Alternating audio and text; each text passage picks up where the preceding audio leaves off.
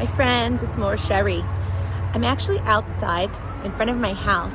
Do you remember a while ago we went on a nature walk with each other and I showed you the tree in front of my house that had branches with small buds on the branches, and I told you that soon those buds were going to blossom into flowers. So behind me you can already see that the branches are full of blossoming flowers. I'm actually going to show you a view of the tree, the whole tree. Do you see how many beautiful pink flowers have blossomed from that bud? So now you guys know that the bud will turn into a flower. And then the next step after the flower is a leaf. So here you guys can see some of the leaves that have already formed underneath the flower.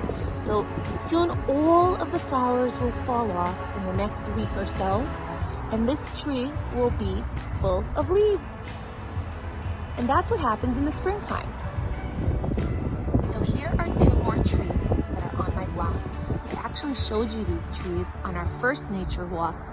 These trees were full of buds, so you might not recognize them. Now the buds have turned into flowers. They have blossomed into flowers.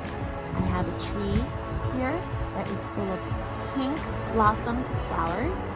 And this tree is full of white blossomed flowers. And in a few weeks, these trees are not going to be recognizable again. These blossomed flowers will fall down to the ground, and all that will be left on the branches will be leaves. And that's what happens during the spring. A bud starts to form on a branch. That bud turns into a flower. The flower will fall off, and then we'll have a leaf left on the branch. Okay, so now that you saw what a blossomed tree looks like, and even some of the leaves that you see here, I want you guys to maybe look out of your window or go on another nature walk and see if you can find a tree that has blossoms on it that are ready for the spring.